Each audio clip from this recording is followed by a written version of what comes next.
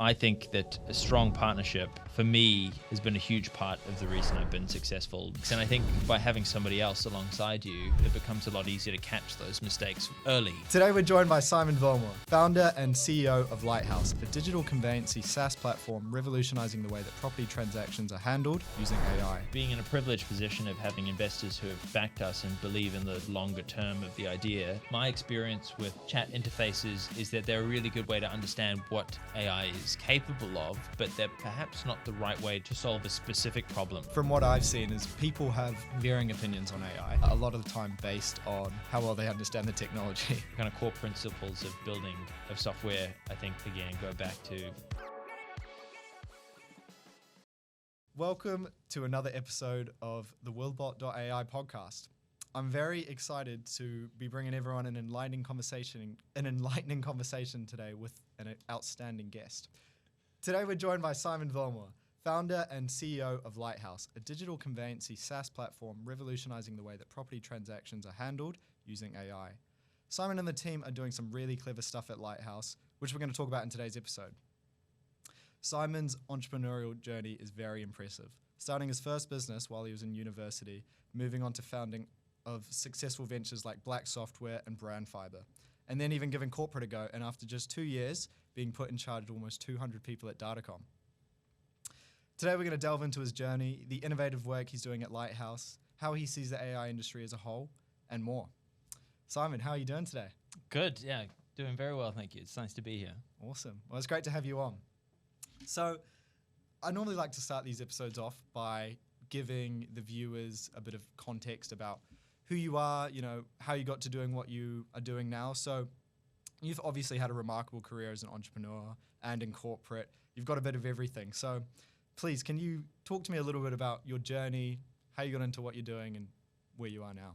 Certainly, yeah, of course. I'm not sure I'd characterize it as remarkable, but it's certainly been a journey. So I started my first business when I was at university studying commerce and law. Funnily enough, actually went full circle back to the law side of that, but we'll get to it. A friend of mine and I thought we would start small and take on the yellow pages. So we started a small online directory for sort of party supplies, DJs, that kind of thing. As you can imagine, the venture didn't go particularly well, but throughout the course of that, I got quite interested in doing some of the software development myself. And that really struck a nerve in me. I think I seem to quite enjoy solving problems, and sort of hands-on keyboard, being able to do that into the late hours of the evening really sort of fit me quite well. So after that venture, I continued with my degree, and I thought I'd look for ways to make a bit of money on the side of university, which you're definitely familiar with. And so I started doing a little bit of software development and really just hours for myself, contracting out. Then one day that grew into something a little bit larger. I managed to pick up a rather big contract for a state-owned telco to do a rebrand of their website and do some development for that. And I was extremely underskilled at the time. I sort of was really lacking in the design area, which is kind of one of the core things you need if you're going to be going through a rebrand. So I joined forces with my uncle, and we sort of tackled the project. We won the work and did a sort of really great job on the outcome.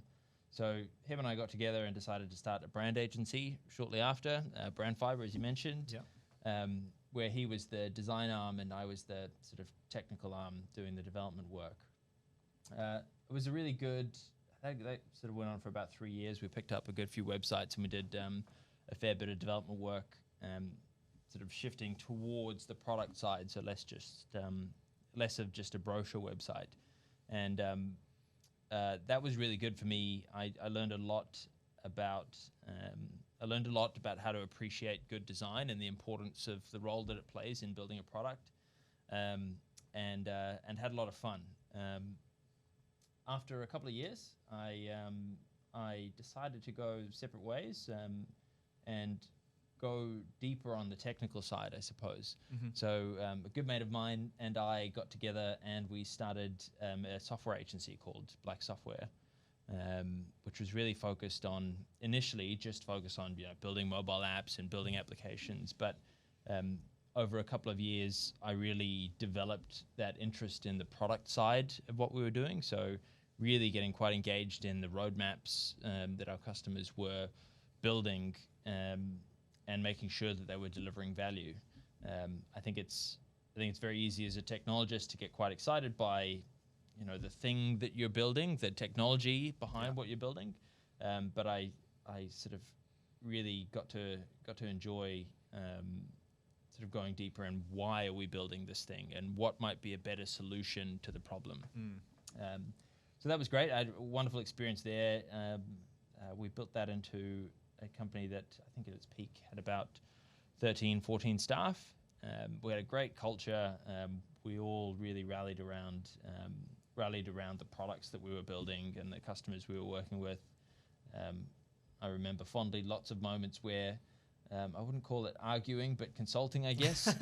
We would be quite animated with our customers about sort of the decisions they'd make, and customers seemed to really respond well to it. So I had a great time there, and then sort of found myself, I suppose, after about 5 years, really struggling to scale the business beyond where I got it to, and having never really had experiences outside of the business, didn't really have a view as to what I needed to do next to grow the business. So I took a bit of a hiatus. I went to Europe, spent a couple of years there, and then came back to New Zealand,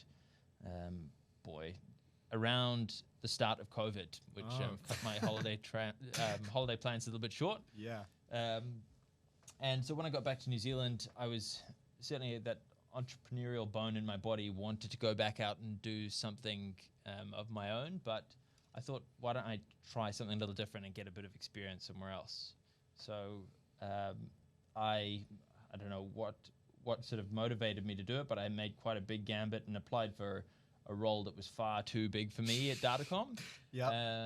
But I was very lucky in that the people that I interviewed with sort of saw that maybe there was some opportunity for me elsewhere in the business, and sort of jumped on board at Datacom, which is obviously it's Australasia's largest homegrown tech company.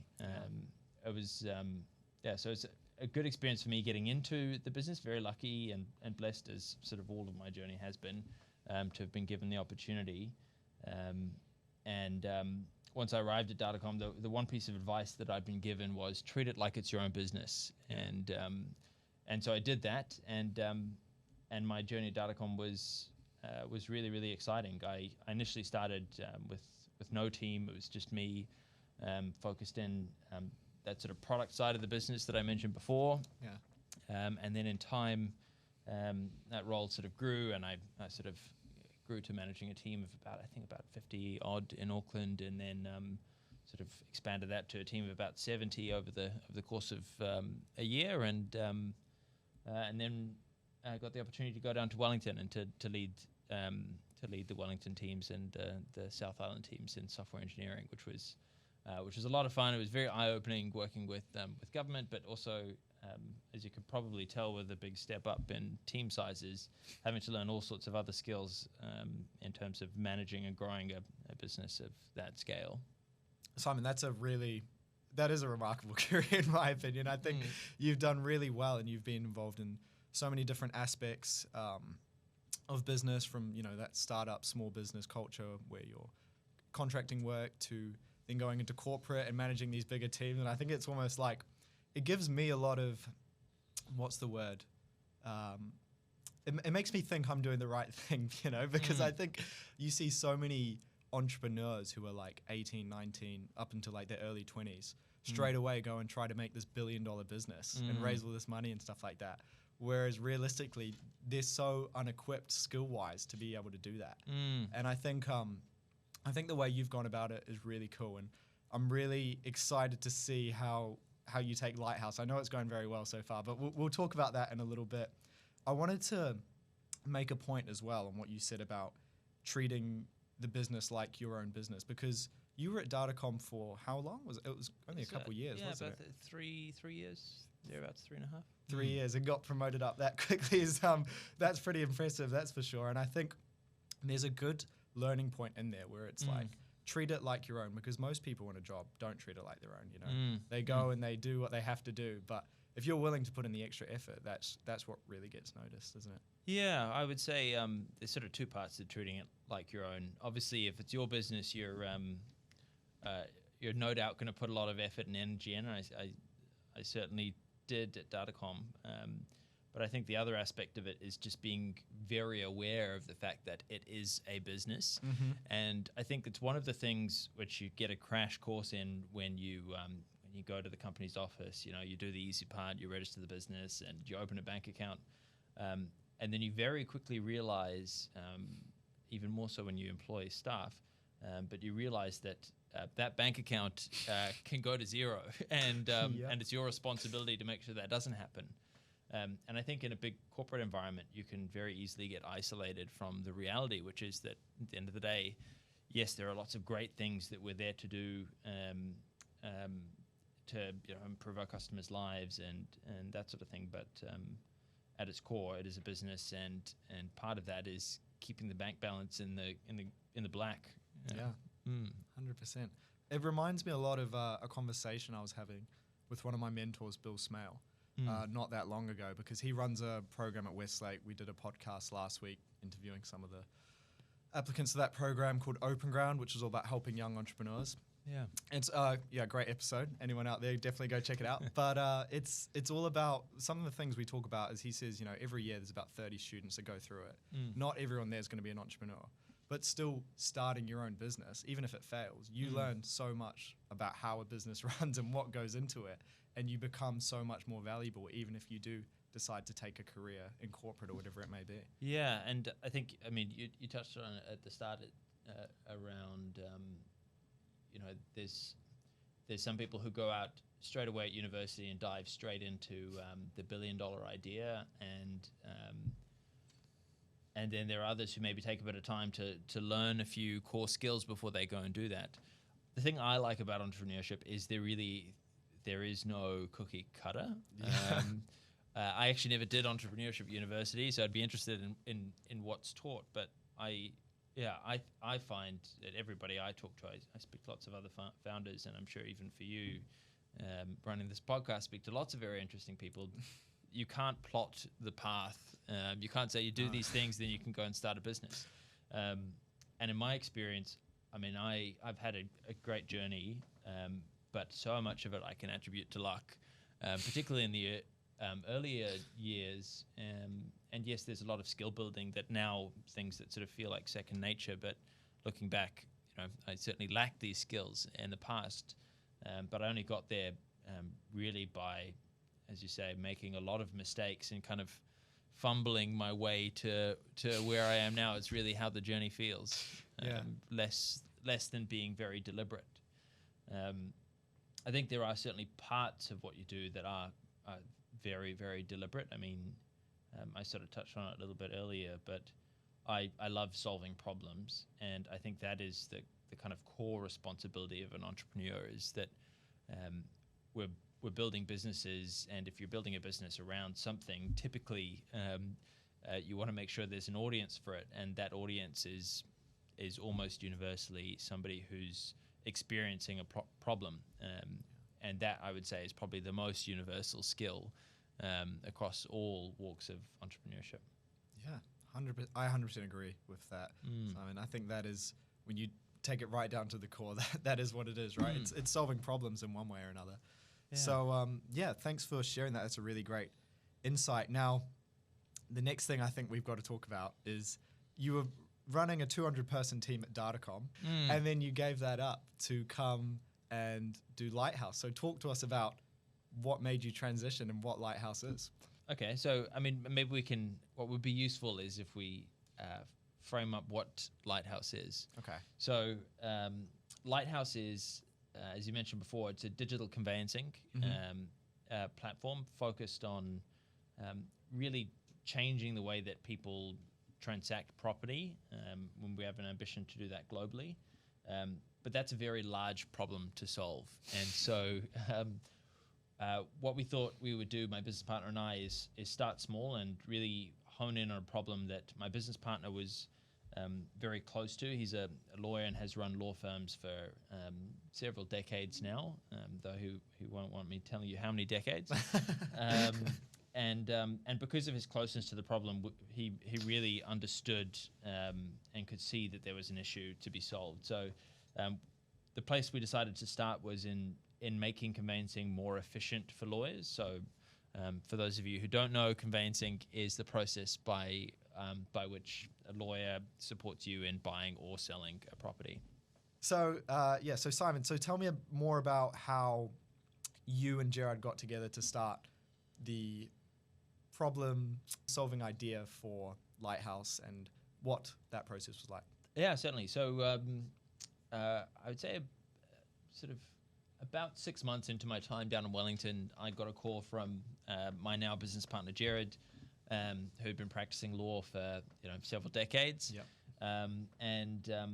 Gerard and I had met back when I was running Black Software. I'd actually helped him with a tech startup of his own a few years back.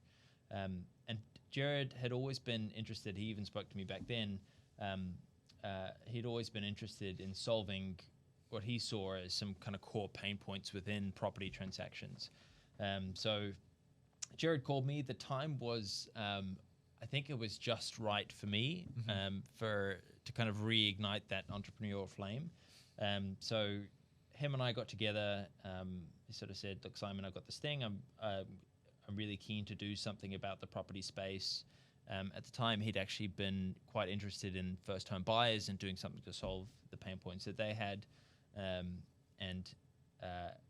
So him and I got together. We sort of got back together, I suppose you'd call it.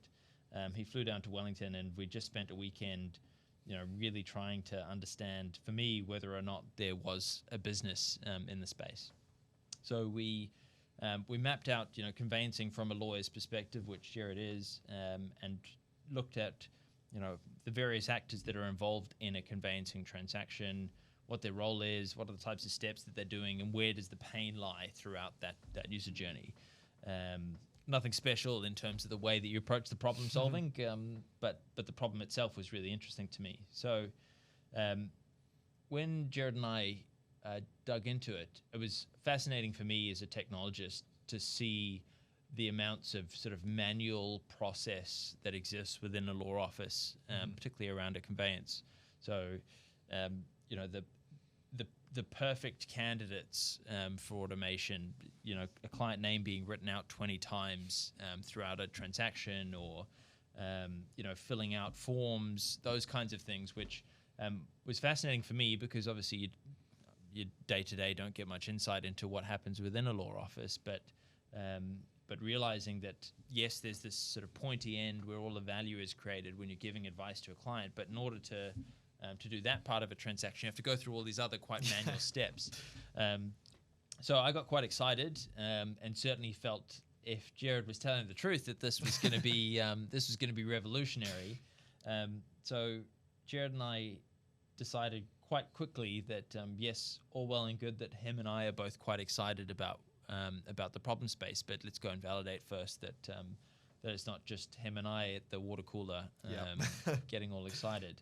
So Gerard and I went up and down the country, and we spoke to law firms, big and small, right from the top down here, all the way down to sort of smaller rural practices in the likes of Te Awamutu. Okay. And that was really fascinating. So we sort of started the journey by going out to these firms. We had built a little bit of a design prototype, I'll call it, at that point. And we would go and speak to the partners of law firms, and we'd say, "Look, this is what we're doing. We're going to go and solve conveyancing. What do you think?" And as you can expect, we got answers that were sort of a bit of a brush off, but if you read into them and wanted them to sound positive, they were. Yeah. People would go, "Oh, that looks great. Keep going." And so after a couple of these meetings, Gerard and I decided that perhaps we should take a slightly different approach, and we should go and speak to those who are actually doing the work on these property transactions. And we should stop speaking and start listening. So we went back through these firms, and we went to speak to the legal executives that do the sort of grunt work on these property transactions, and we just asked 3 simple questions. What do you think about conveyancing? What are the pain points to you? What have you done about those pain points? Have you created any kind of automation of your own, that sort of thing? And then the final question was, are you happy with the solution that you've created? And that simple little formula of what is the pain point, or are there pain points? What have you done about it? And do you like your current solution? Was a gold mine for us. Really? Yeah. So we, at that point, we got validation that yes, everybody really did feel some pain points, and there were lots of them. But even more proof for us was when we asked the question of, have you tried to solve this in the past? We were getting yeses, and the solutions were fascinating. Like one of the law firms we spoke to was literally using email signatures as a way to build templates into their workflow. So they'd drop down an email signature and pop up with a little bit of an email drafted for them. Oh, okay. And obviously not a perfect solution, but it shows you that clearly the pain point is compelling enough for someone to try and do, somebody outside technology to try and do something about it themselves. Absolutely. So at that point we got really, really excited, and all of this was happening whilst I was at Datacom, in the very early hours of the morning and late on weekends. But we pulled together a bit of a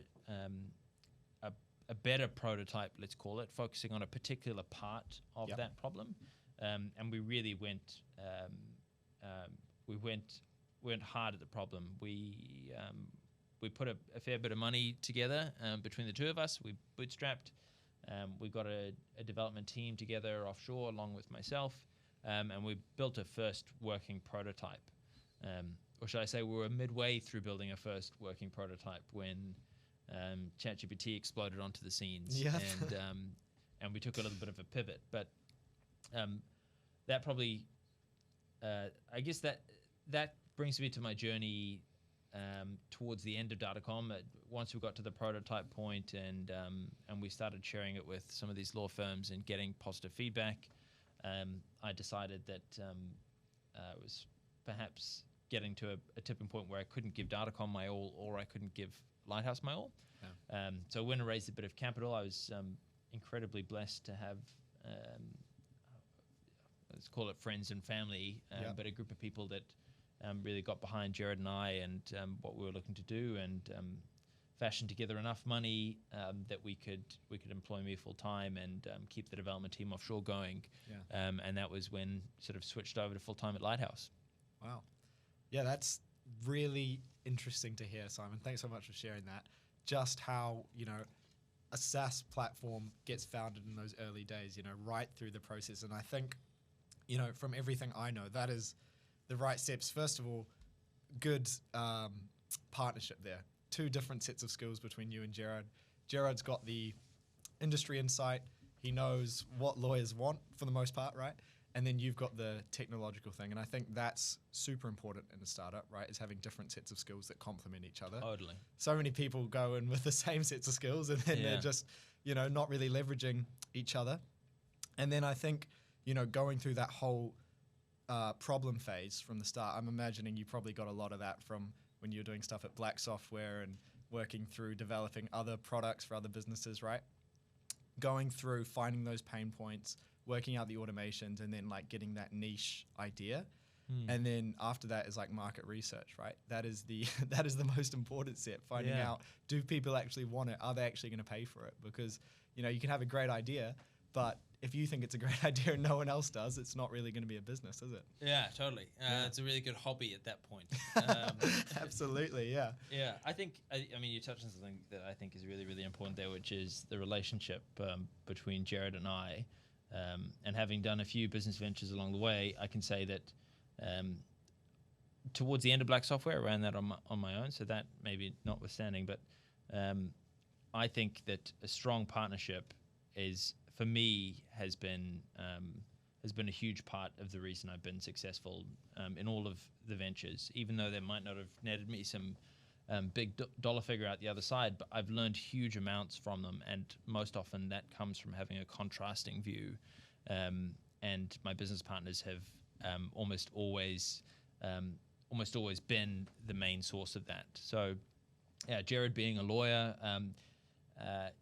he's probably an atypical lawyer. He's very outgoing, and he's got lots of ideas, and certainly spends a lot of time challenging me, and likewise I do with him. But it's exactly that, I think, that makes us a successful team and allows us both to kind of, I suppose, keep each other on course. Yeah, is probably a good way to describe it. So your sort of mention of the process we took. It sounds very deliberate, go and ask these 3 questions. This is how you do product discovery. But I assure you it wasn't. There were all kinds of mistakes. And I think by having somebody else alongside you, it becomes a lot easier to catch those mistakes early or earlier.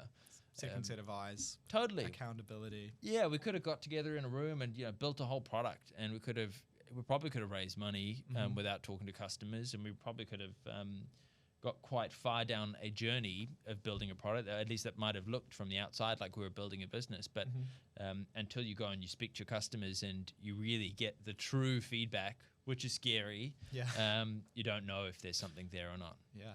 And that was something like I've definitely learned in my entrepreneurial journey, which is nowhere near as long as you're on. But I remember when I started, I had a similar thing with the chatbots. I would go and pitch them to my first businesses and my first potential clients. And I was telling him, it's great, it does this, it does that, it does that. But then it wasn't until I actually, managed to get one to give me a try, who I said originally I was going to do it for free, that I realized that there is actually a lot different needs and wants that those businesses actually want out of it. And that's the thing, you don't know until you actually hear it from your customers, right? Totally. Yeah. I think you're a technologist, clearly, like I am. And I get so excited by new technology. I mean, the AI wave has been super fascinating for the technical part of me, but the most important thing, we sort of mentioned a little bit earlier, but the most important thing in building a business, I think, is just that understanding of a problem and the empathy for the people who are experiencing the problem. That's how you build great products. But I will caveat this by saying, this is my experience. So and the journey is not complete, and I don't think it'll ever be complete. But that's certainly what I've felt has got us to where we're at today, which is a really exciting position to be in. Yeah, absolutely. No, that's really cool. So I just want to touch quickly, because I'm not sure we fully covered. Could you explain a little bit better? Oh, sorry, not better. You explained it well. Fine. Let's explain a little bit more what the product of Lighthouse is, because I know it's changed a bit. Like when it originally started to when ChatGPT, and last time we spoke, you told me the story about how Gerard was saying the computer can do this and that, and it was like computers can't do that until the GPT API came out, right? Could you touch on that a little bit? Yeah, certainly. So Jared is fantastic with vision and how he can imagine a solution. And I remember when Jared and I first got together and we kind of mapped out the problems, and Jared went, this is the vision. The vision is that I come into my office on a Monday morning. The agreement had arrived on the weekend. You buy and sell a property, and an agreement gets sent to your lawyer that kind of allows them to start the process. Yeah. He had this vision that it would arrive on the weekend. He would go into the office. He'd open up the system, and the system will have read the agreement, gone and fetched a bunch of documents from Land Online. Just imagine some other online platform. Pulled the documents together, read them, drafted some advice for him, and he had to just press a button and fire it off to a client. And when Jared, I mean, it's interesting now, this is 18 months later. Now looking back, that sounds reasonable. Yeah. But 18 months ago, I thought he was crazy, and I had to ground him often and say, "There's no way we can do this." But as it turns out, we can do that, and this goes back to the point of having a great business partner that is a contrasting idea. So at that time when we were first fashioning this together, as I sort of mentioned before, ChatGPT was released and took the world by craze. Certainly took me by craze into this completely different world of how you could build applications. And suddenly Jared had good cause to tell me that it was possible. And so we got to work trying to do it. And so what we've got now, what we've got today, which is a slightly different solution to what we mapped out on the wall about a year and a half ago, is a platform that can do most of Jared's vision. Yeah. It can read the agreement. It can pull key details out. It can create a first draft of advice, which is a lot harder than you would think if you're used to playing with ChatGPT online. You'd think, yeah, just give me some advice in this document. It is not that simple. Nope. There's been a lot of work that's gone into getting the details out, organizing them in the right way, and getting a platform to understand what all of this means, or getting an AI application to understand what all this means. So I'm very pleased to say, we've delivered a lot of that vision now, and in the hands of lawyers, the feedback is that we're really doing what we set out to do, and we're sort of on average now, the average transaction that a lawyer puts through the platform with a decent amount of complexity in it, and we're able to save about 45 minutes on that. And to put that in perspective, that's on a transaction that might take 10 to 12 hours. So for an early prototype, it's a pretty good time saving. Yeah, it's not bad. Yeah, and on some of the more complex transactions, we're getting feedback now that we're saving over an hour and a half. So that stage that we're at now, it's a really nice place to be, because you get a sense of validation that can feel like it's miles away when you're starting the business. When are we actually going to deliver on this this mission statement that we'd started with of saving lawyers time? And we're at that point now where by no means is it easy, but one of the biggest sort of assumptions we were making has been confirmed. So it's a lovely place to be. Yeah. No, it's very cool. I mean, thanks for highlighting that. I know right now, like you said, there's it's that niche problem, and it's already saving lawyers so much time. But I know there's plans in the future to keep expanding on the product, and maybe moving into other areas. Obviously, property conveyancing is quite a large one. Could you talk a little bit about your future plans for Lighthouse and how you see it going in the future? Yeah, certainly. I mean, that core mission of changing the way that property is transacted, it starts with the lawyer, because the lawyer is such a large actor in the process. And so we get very excited about where things could go longer term. But if I just zero in on what we can see, at the moment, if we can continue to deliver more and more time savings, then what that means is that the lawyers can spend more time focusing on the high value part of the transaction, which is interacting with their customers. And freeing up that time is kind of this North Star that we're chasing down. And there's a range of features, from more traditional technology like form filling and online dashboards that give you a pizza tracker, let's call it, of where the transaction is and keeping people informed.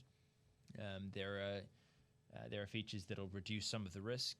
As you can imagine, property transactions are a fantastic target for bad actors. So bringing a lot of the security that you get with the likes of online banking into a space like conveyancing, I think poses a much better future for the industry from a security perspective. And then I don't want to say once we're done with it, because I don't think that we'll ever be done with the mission of change the way that lawyers work on property transactions. But I think there are other parties that are involved, the likes of insurers or banks or real estate agents, that all play a role in a property transaction. You can sort of imagine it like a conveyor belt. Yes. And that in this conveyor belt, somebody does something, and then the process sort of moves to the next step, and there's another party that might get involved. But these people are continually moving around the conveyor belt and passing it back to one another. And so we're focusing on a particular part of the transaction, the first interaction with a lawyer, sort of right the way through to when a lawyer finishes their work. but there are all sorts of other actors with their own their own particular problems. And so we will dive into those problems and begin to tackle them in time. But there's more than enough on our plate for now. I'm sure.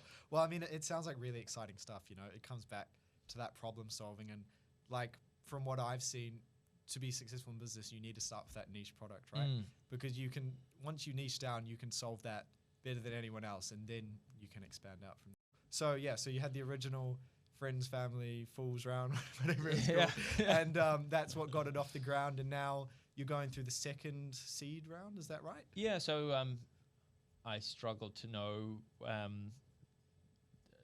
exactly what we call the stage that we're in, but I think it's pre-seed. Okay. We've raised 2 rounds from friends and family. And the most recent one, a couple of months back, allowed us to hire a permanent New Zealand staff member alongside me, which is good because it's getting lonely in the basement. So we've raised 2 rounds of capital, and we've been able to do that because we're showing progress. We started early days. We had some great feedback from users on the problem. We had an early prototype. So we raised our first capital to deliver that prototype to market, a little MVP. And then we've now got to a point earlier this year where we've been able to show that there's consistent use from lawyers, and the data is really important at this stage, obviously. Consistent use from lawyers and verbatim sort of feedback that that we are really saving time. So that got us to kind of a couple of months ago where we raised another round of capital just off the back of moving to our first paying customers. So that was kind of our next milestone ticked. And we went back to our friends and family and said, look, we really believe we're onto something. Can we go faster? And as I say, we're blessed to have the support to be able to do so. And now the next stage for us is really prove out that we can keep paying customers, that we can build that number up. We don't want to go too big just yet. We want to keep it to a smaller number of law firms that we can really connect with and understand their experience of using the product. But in doing that, we'll get to a point where we can prove to them that the value is worth the sort of transaction fee that we'll charge. And if we can show that to our wider investors, then we'll raise a larger round, and we'll use that to add more people to the basement, or maybe we'll get an office. We'll see. Very cool. Yeah, thanks for sharing that. I think it's really cool just to see how fast this business has picked up and grown. And I think like that, a lot of that comes down to, whether it was accidental or, I'm sure there was some intentional things along the way, taking the right steps from the start, right? With the market research, the product development. And now it seems to be going really well. There's a few law firms you're working with, more I'm sure that want to be. I think just that's a really good point to maybe touch on is that, yes, I think we've been, the process we've taken at the start particularly was sort of, it was easy to make some mistakes, and we got lucky about the approach we took. We've done things now, so we have law firms that are using the platform, and all of those law firms catch up with us once every 3 weeks, and they give us feedback on their experience with using the platform. We talk to them about new features that we're building, and what we've managed to do is reduce our ability to make mistakes down to about 3 weeks. That we can make the wrong decision, but by the time we go and speak to our customers again in 3 weeks' time, they'll tell us. And so that's really what the main focus of our kind of current stage is learn as quickly as possible. Don't be afraid about making mistakes, because they will be small in these circumstances. There are no sort of big scary one-way doors that we need to go through at the moment. And that highly engaged group of law firms that we're working with are sort of instrumental in that. And I think that's getting to this point where we have that engagement from our customers has been a result of bringing them along the journey with us. At the end of the day, I'm not a lawyer. As I said earlier, I dabbled in law at university for a little while, and then realized that I perhaps wasn't smart enough to do that. And now, we have customers who really, really understand the problem and understand it far more than Jared and I could ever understand. So being able to speak to them and speak to them regularly and serve them really, really well is, I think, probably one of the largest assets that we have at the moment, is that engaged customer base. Yeah, and that's really interesting for me to hear, and it's been making me think a little bit as you've been speaking. I guess coming back to what you were previously doing with Brand Fiber and Black Software, how does running a SaaS platform compare to running more of a development style business like that? What would you say? Yeah, I'd say, well, it's completely different. It's scary. It's scary for different reasons. So, if I can sum it up simply for myself, the challenge with a professional services business is that every month you start from zero. You win a project, you deliver the project, maybe you pick up some sort of long tail support work off the back of it, but for the most part, you then got to go out and do the same thing again. And that's really, really exciting because you get lots of sort of change in context. And I don't know about you, but I really quite enjoy the sales process. It's lots of fun. It's also sort of problem solving to some degree, but on a different wavelength. Contrasting that to a SaaS business, in my experience, it's all in the hope of this big hockey stick. I mean, we're burning through money, and we have been burning through money since we started. And, we're very lucky to be at a point where we've built something that customers are willing to pay. But there's a runway before that gets to a point where we're positive from a cash flow perspective. And actually, the model in SaaS is that you never get there, that you push growth, right, until way later down the track. And that's nerve-wracking. But it's scary when you start, and it's certainly, I mean, if I look back, it would have been really hard for me to do this back at university. I knew nothing about fundraising, and certainly wasn't as impressive as someone like you. I'm sure you'd be able to raise capital much better than I could have back then. Oh, I'm not sure, but thank you. But I think, being in a privileged position of having investors who have backed us and believe in the longer term of the idea, and obviously also staff as well that are willing to take that risk and join us. We're now in that position of sort of aiming for the hockey stick at some point down the future, and that's just it's a very different environment to be in. 100%. And that's something I sort of asked, just because I wanted to know personally. I think SaaS is a really interesting business model to me, right? Because you're focusing on building that one core product, but then once it's built, effectively you can sell it as many times as possible, right? I would caveat though by saying that it's never really finished. True. I mean, this is one of the fascinating things about what we're doing at the moment, in my mind, is that we're building an application that suits the way that lawyers currently work.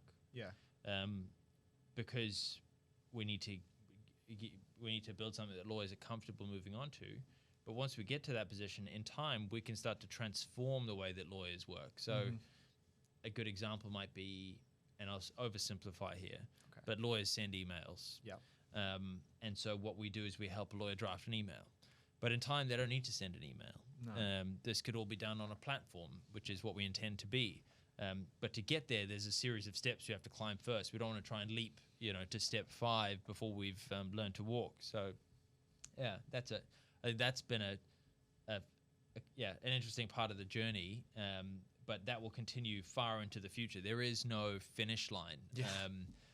I think you see it now. I mean, you look at the big FANG companies around the world.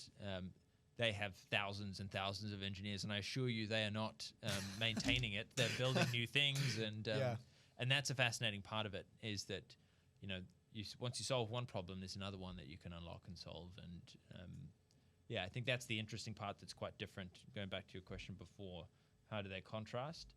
I feel like in my sort of small experience in SaaS, you're building layers that you're kind of solving one layer of problems and then you're moving to the next.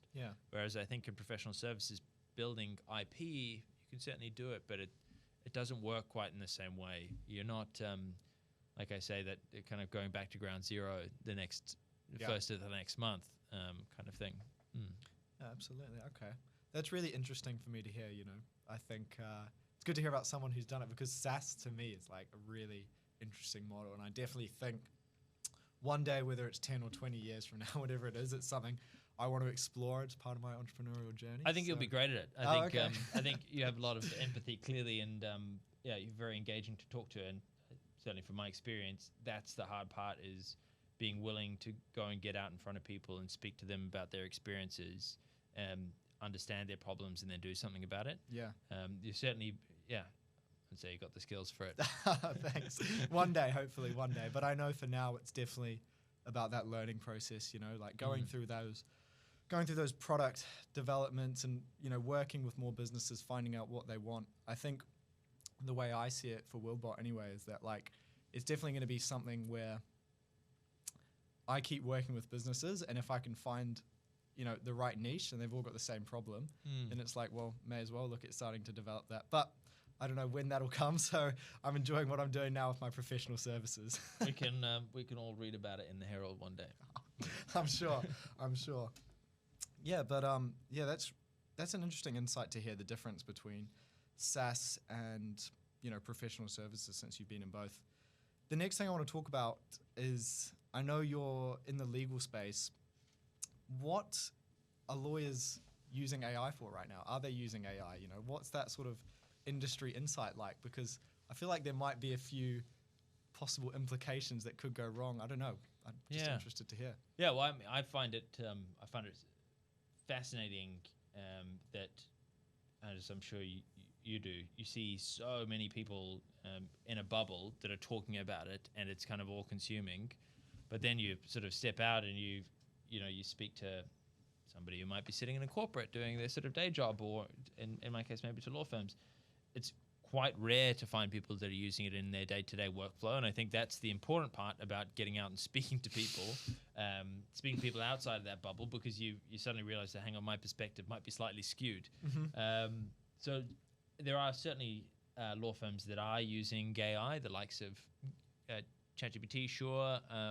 Adobe's got some interesting products that are quite useful in a similar vein, but my experience with chat interfaces is that they're a really good way to understand what AI is capable of, but they're perhaps not the right way to solve a specific problem. Absolutely. And lawyers don't want to. I'm generalizing here a little bit, but I think for the most part, lawyers don't want to go and interact with a chat interface. Yeah. They want to solve a problem. Absolutely. And so it's kind of the packaging part to some degree of how you integrate that into a workflow or a problem that's really, really important and makes it far more usable. In my experiences, lawyers are definitely willing to use AI because they're using our product. But I think that it'll be really interesting to see how AI products transform over the next couple of years, because I think we're in a very early stage where the chat interface is really what people know, but I don't think it's what mature products in the space look like.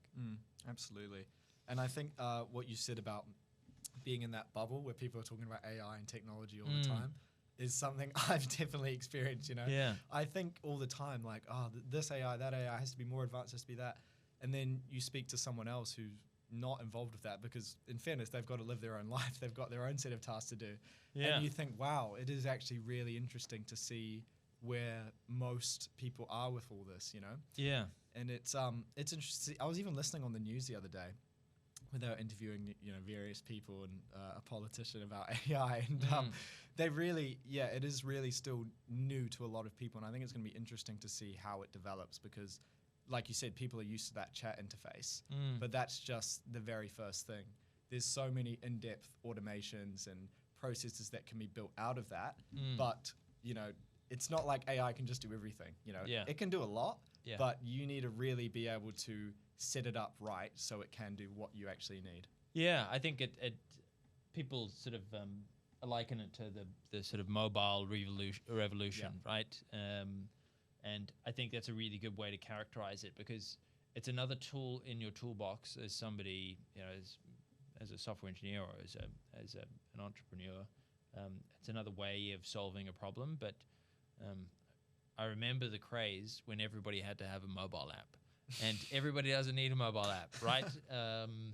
Every business doesn't. So I think, there's a set of problems that it's really, really good at. And I certainly think it's going to completely change the way that we build software. But the kind of core principles of building of software, I think, again, go back to find the problem and then go look to the solution. Don't grab technology and go looking out for a problem. Technology in search of a problem, I think, is probably a good way to describe what some of the mistakes we can make, I guess are in the AI space at the moment. Absolutely. Yeah, there's a lot of great points to get out of what you just said. I definitely agree, and I'm going to be thinking about it a lot in my own journey. The next thing I wanted to ask is what would you say is one of the biggest barriers to let's go with lawyers specifically adopting AI and using it? Is it just lack of skills, lack of the ability for the current existing products to be able to fix those niche issues? What would you say in your opinion it is? Yeah, well, let's use the example of a lawyer. I mean, a lawyer goes to work and does what they do because they enjoy practicing law, and they have a job to do, right? And they enjoy it. And I think that present day chat interfaces might help them a little bit with some things, first draft of a contract or something like that. But for the most part, it's adding work, and it's not helping them engage with what their the task at hand properly. And I think this just goes back to the point before where the current interface doesn't lend itself towards solving a problem that a lawyer day to day experiences. I'm not sure how AI as a day to day tool might help you in your podcasting workflow. If you're really enjoying podcasting, and we said, why aren't you using ChatGPT here? Maybe use it to draft the script. I'm not sure. But I think that you'd go, well, I enjoy the art of creating this video, and yes, there might be a form factor that AI can be useful for in a scenario like this, but at the moment it doesn't exist. Absolutely. That might be your next SaaS idea. I don't know. No, that's I definitely think you're right there. It's like the technology is there, and it's just all these like niche implementations and problem solving ideas, like we were saying, that are yet to be sort of discovered. From what I've seen is people have varying opinions on AI, a lot of the time based on how well they understand the technology. Some people think, AI is great, it can do this, it can do that. I'm talking just on like a chat interface, like ChatGPT. Yeah.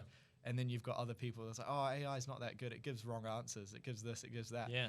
But it's just because they don't actually know how to use that technology efficiently. Totally. And I think it is coming down to other, technologists building those niche problems and implementing the technology correctly in a way where it's actually making sense for them.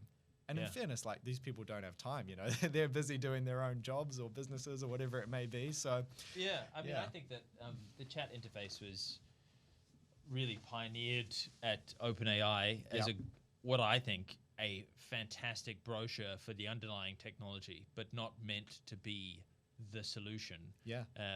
And I think that it's a really good way to broadcast the types of things that you could do with AI. But I think where was I going with this? Don't worry about this point. You were speaking about how ChatGPT was effectively marketing. Yeah, for totally. The GPT's capabilities and.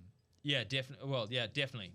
But I think I was just going to make the same point again, really, which is that I think that form factor. That form factor is really the most important thing. Is how are you going to build this into a solution rather than let it be the solution. Yeah. And to your point, there are plenty of things about AI that particularly in a chat interface don't work well. Yes, it hallucinates, right? People time and time again use that as an excuse. And yes, it can be a little silly at times, but make no mistake, we are in very early days from an AI perspective, Yes. and it's just going to get better and better. I think, at the moment, GPT-4 Omni's probably trained on hardware that's 2 years old, and it'll be fascinating because we've seen Nvidia exploding where the hardware goes naturally. You can expect the same kind of exponential output from these large language models in time. Yeah. And I think that'll be really interesting for those of us that are trying to solve problems. But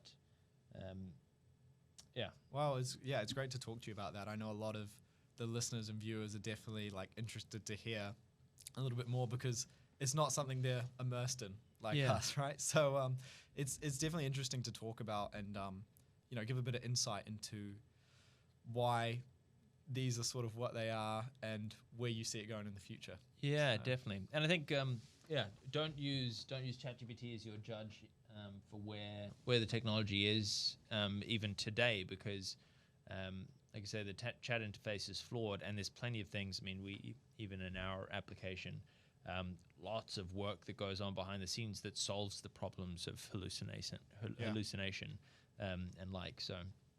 Yeah, very cool. Cool. Well, thanks for sharing that, Simon. We are unfortunately coming to an end on our time, but it's been great to speak with you, talk to you about Lighthouse, what you've been doing.